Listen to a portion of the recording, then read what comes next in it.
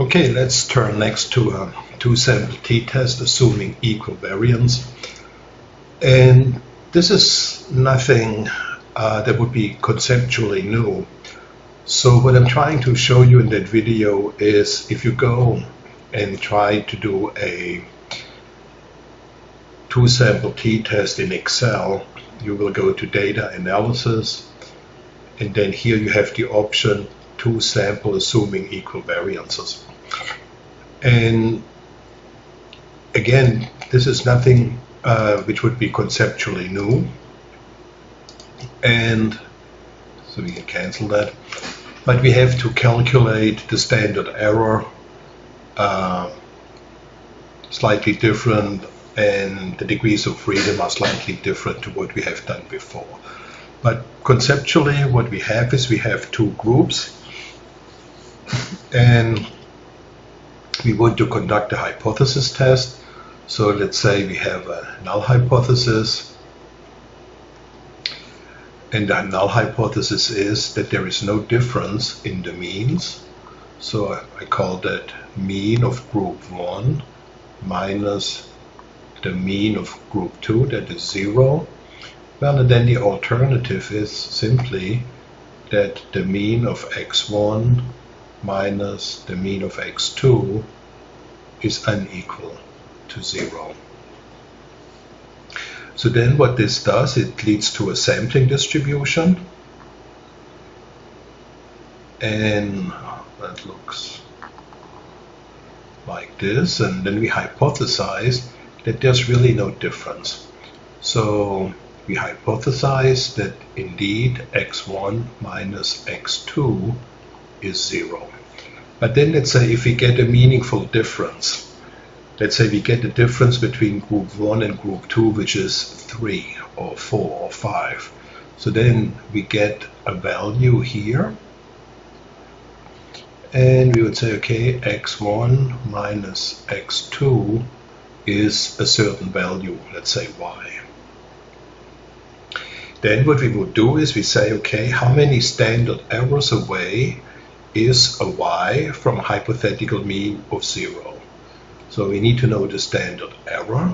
And again, here, the formula for the standard error is not just some sample standard deviation over the square root of n, but it's a little bit different. It's not super complicated, but yeah, it's new. Anyhow, so we will calculate then our t-statistic, and that is the test statistic. So our test t is then, we want to know how far away is the y from the hypothetical mean of 0, and then we divide by the standard error. And then we get a test statistic. So let's say we have a hypothesis test, and we test that the significance level of alpha equals, let's say 10%. So then I need to look up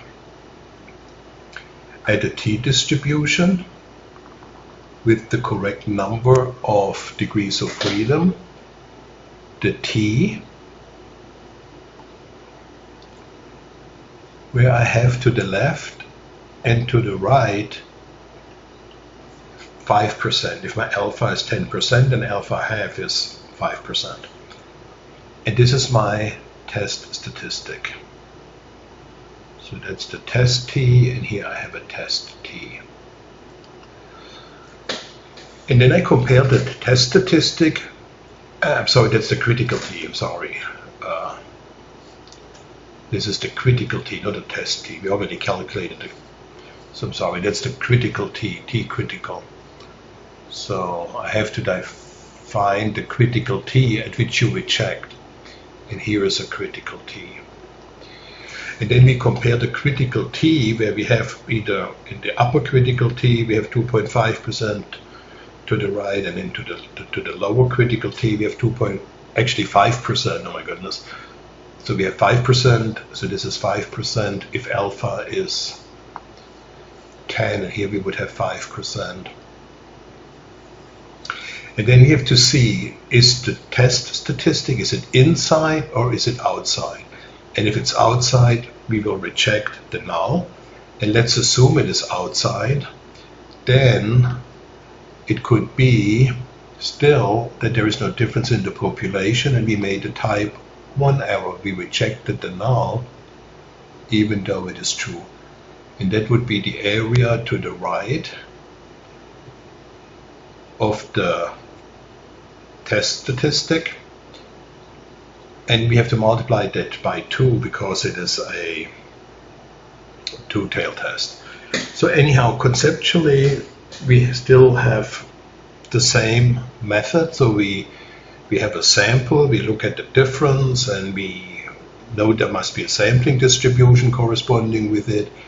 Then we look at our sample difference, and then we essentially ask, what's the probability that this sample difference comes from a population or two populations where there is no difference? And if the probability is very, very small, namely smaller than my alpha, then I reject the null. Otherwise, I fail to reject the null. Okay, so now let's take a look at the example. So we have here data, and what you see is the results of a happiness survey. So 20 young and 10 old people were asked to rate their happiness level on a scale between 0 and 100, with higher scores indicating more happiness. And we can assume equal variance. And in fact, we can also test for equal variance, and that requires an F-test.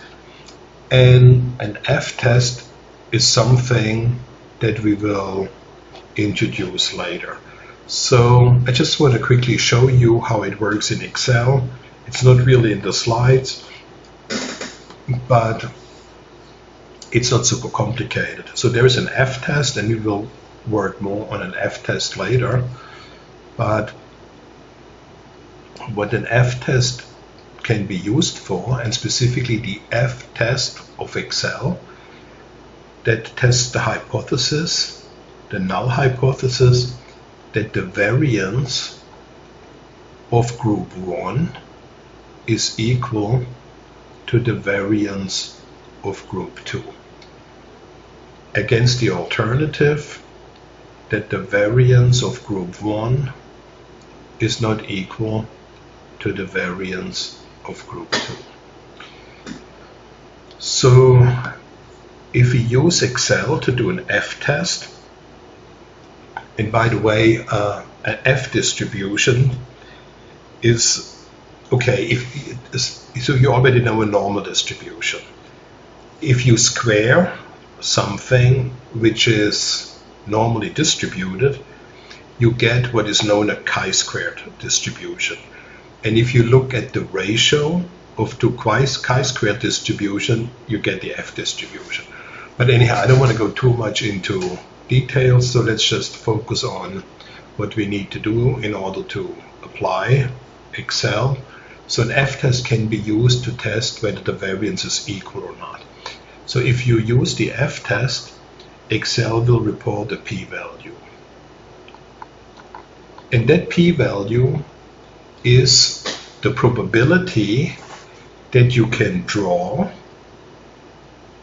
the data that you have in front of yourself coming from two samples where there is no difference in the variance. And if that probability is higher than your alpha, then you would fail to reject the null. Okay, so we will do also an F-test quickly, so just to see that we can also test for it.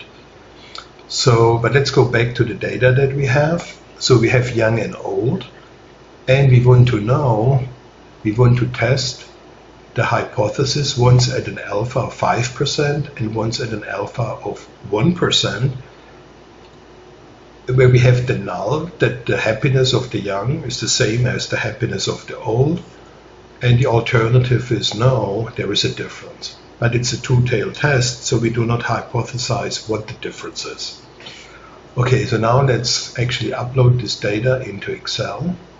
So So we just copy that and Control V. Okay, so first thing we do is we calculate the mean for each group. And let's maybe have all the cells.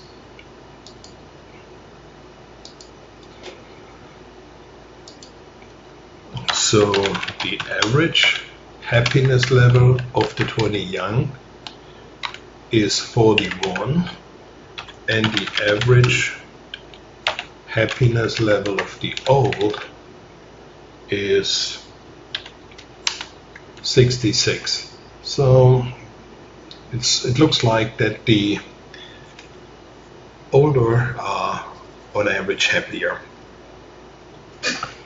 But of course we need to test that at a certain statistical significance level. So let's calculate the variance for each group. So we use the formula equals var.s. And when we do that, we have the young, they have a happiness level of 889. And the old have a happiness level of 884, and you can see it's very similar. But if we want to not only assume equal variance but also test it, we can use the F-test formula, which is F-test for equal variance. So you enter the formula F.test,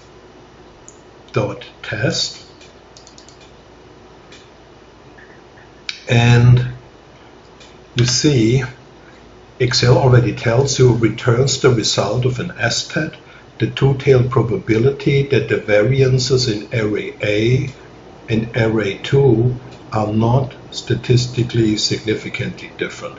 So we will get a p-value, and specifically the p-value will tell us what's the probability that these two samples come from a population where there is no difference in variance. And when the probability is very high, we fail to reject.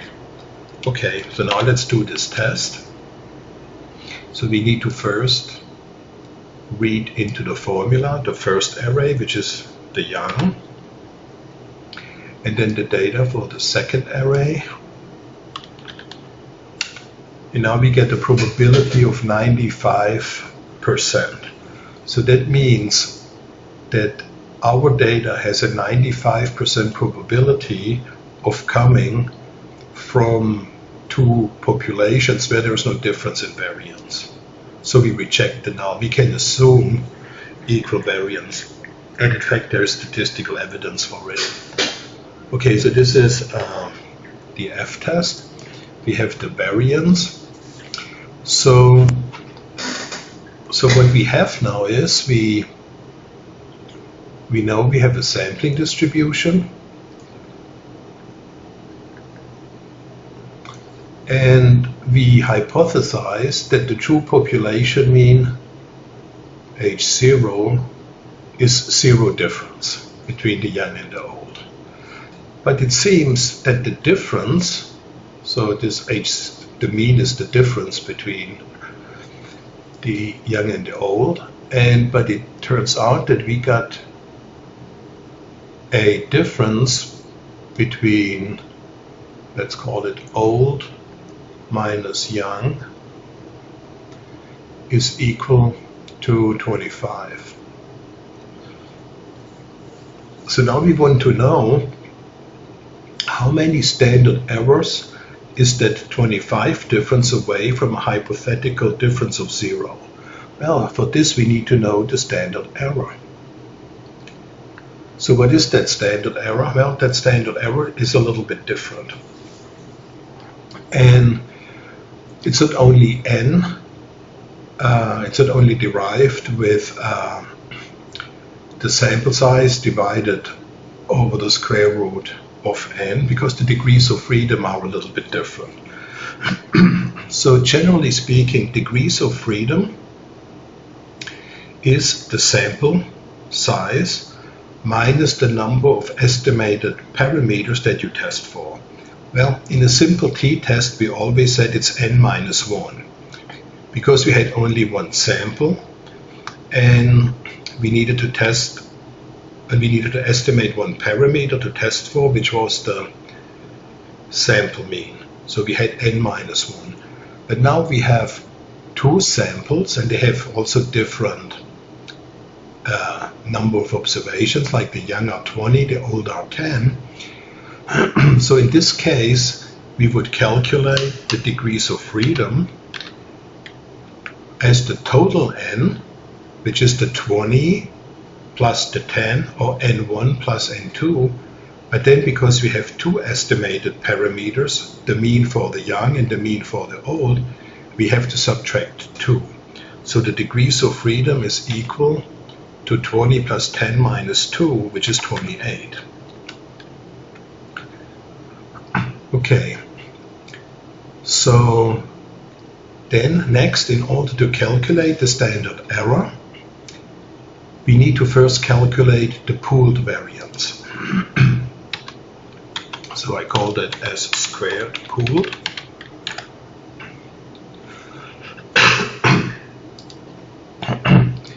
So let me lift up that.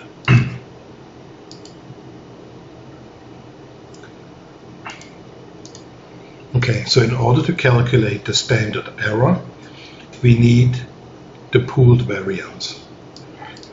So you don't have to know where that formula comes from, but this is what Excel will use, and if you ever want to replicate what Excel calculates for you, at least you know, oh, this is the right formula. Okay, so the formula is the degrees of freedom of the first sample, the young, which is 19, 20 minus 1, times the variance of that group of the young, so that's the 889.79, plus the degrees of freedom of the second group, which is 9, times the variance of the second group, which is 884.89. And then we have to divide this by the degrees of freedom, which is the 28. So now we get a pooled variance of 888.21, and this becomes part of the calculation of the standard error. And you can see here to the left that the standard error is defined as the square root of the pooled variance divided by n minus 1. Divided by n1, which is the sample size of the young group, so that's divided by 20, plus the pooled variance divided by the sample size of the old, which is 10. Okay, so now we get the standard error as 11.543.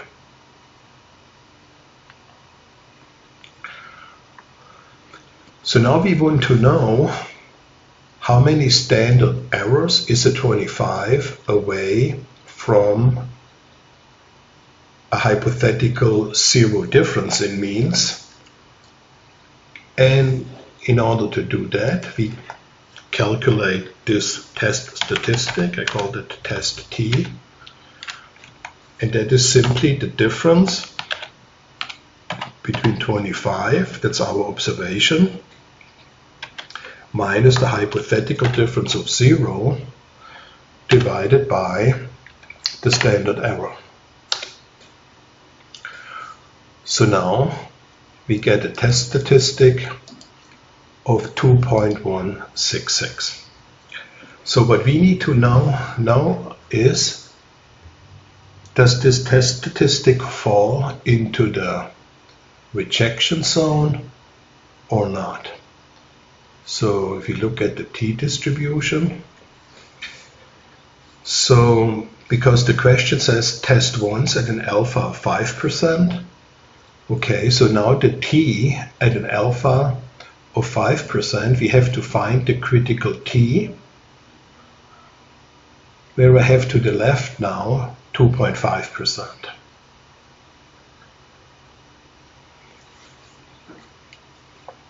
So let's do that. So we can use, this is the critical t, I called it critical t, and then I just called it 5%.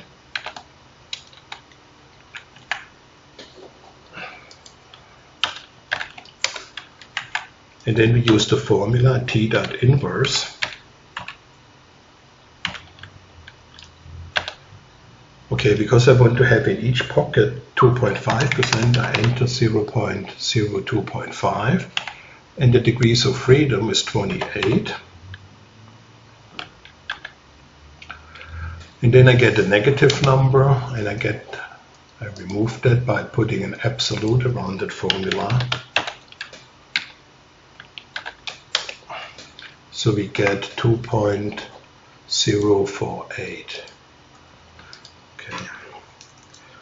So I know that at a score of to the left of negative 2.048 standard errors, I have 2.5% in one pocket, and in the other, to the right of positive 2.048, I have another 5%. Okay, what is the critical value for, let me just make that form a little bit nicer.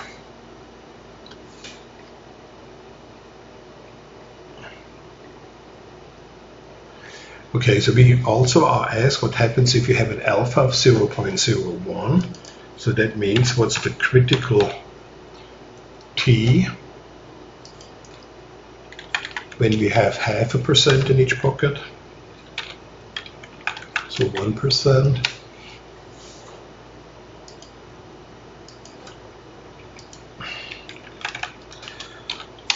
So then we would use the formula equals T dot inverse. So 0.5% is 0.005. And again, 28 degrees of freedom. And again, let's just use the absolute value. So that is 2.763. Okay. So let's maybe give that a different color, maybe, I don't know, maybe blue.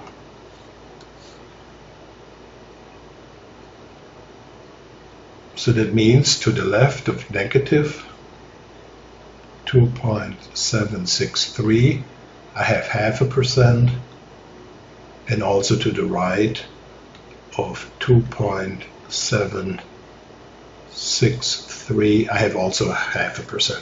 But to the right of 2.048, well, I have 2.5%. So now we see that our test statistic, the 2.166, maybe let's give that maybe another color, maybe, I don't know, pink. The 2.166 actually falls right in between those two values somewhere. So this is our test stat of 2.166. So that would be in the rejection zone when the alpha is 5%, but it's not in the rejection zone when the alpha is 1%. So that means we will reject the null at 5%, but we fail to reject the null at 1%. Well, let's assume we reject the null at 5%. What's the probability that we made a type 1 error? That's the p-value. So again, assume we reject the null at 5%. What is then the p-value? which is again the probability that we made a type 1 error, and a type 1 error is that we reject the null even though it is true. Well, in a two-tailed test, a test statistic of 2.166, well, it could be that there is really no difference between the young and the old, and I just happened to get a very unusual sample where the young were just all very frustrated and the elderly were just super happy. But technically there's no difference in the population or in each sample. So it still could be that even though the probability of obtaining a sample like the one that we have from a population where there is no difference, even though that probability is very low, well, it still could be that there is no difference. So, and that probability is the remaining probability. So it's the area to the right of a test statistic of 2.166. And then we have to multiply it by 2, because we also, in a two-tailed test, we also have to look at the area to the left of negative 2.166. So we are looking at this purple area. Okay, so in order to determine that p-value, we look at the area to the left of our test statistic, because we want to know the area to the right of 2.166. Well, that's the same as the area to the left of negative 2.166. So the formula is equal. So now we use t-dist, open parentheses. Now I can enter a minus, and now I go with the cursor to my test statistic of 2.166.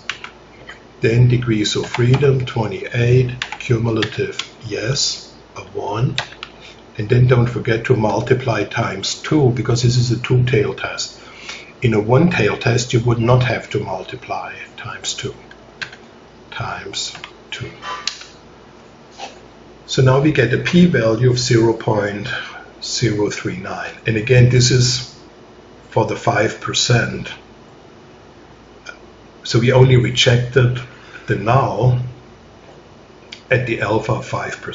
But we could make a type 1 error, which is that we reject it even though it is true.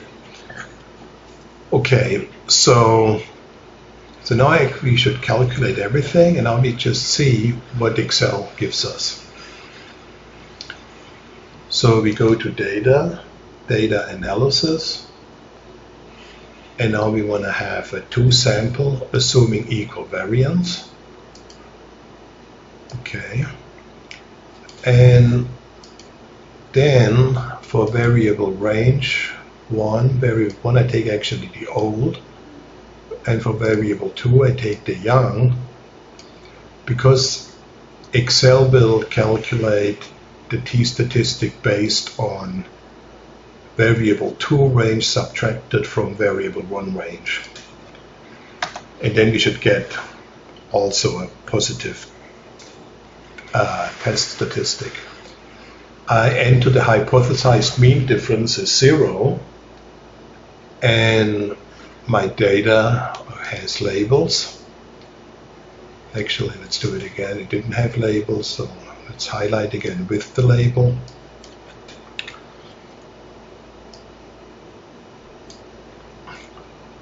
And again, the mean difference is 0, alpha 5%. And let's just see if we can put that output right next to ours, maybe here. Okay. So we can now see it's a little bit small. Let me make it bigger.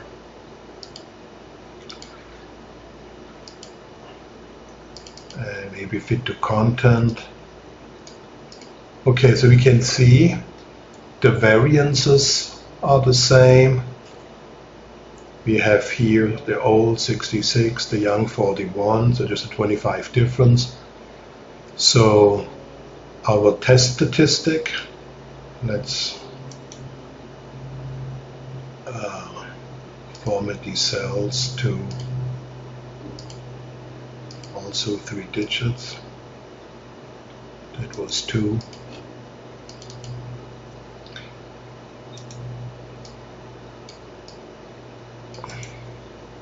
So let's format the cells to 3.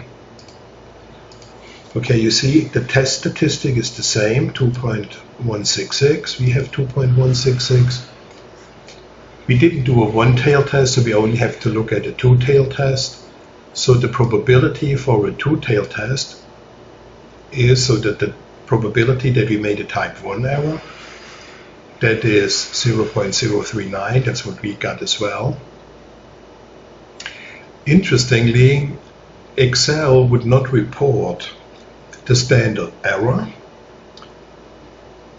but we can tell that because we both have the same test statistic of 2.166, well, we must have both divided 25 by the same standard error, but Excel will not report it. So that's another advantage of knowing what you are actually doing, because if you look at the Excel report, you may say, where is the standard error? But now you know how to calculate it. And we have a critical value for the two-tail test at 5%, which is the 2.048, which is what we have here. Okay, so now we see that our test statistic of 2.166 is indeed outside the critical value of 2.048, which is why we rejected the null at the 5% level, but we failed to reject at the 1% level. Okay, so I hope that this is clear. So let's quickly take a look at the slides, where I just have reported again the results too. So again, we have the critical values of 2.048 and 2.763, which you see here. The test statistic 2.166, which is also here. And then again, we fail to reject the null at an alpha of 0.01, but we reject the null at 5% with a type 1 error probability of 0.039. Okay, let's stop here, and then in the next video, let's take a look at a two-sample t-test assuming an equal variance. And again, that will be the same logic, but we have to do a couple of calculations differently. But let's just stop here and I'll see you in the next video.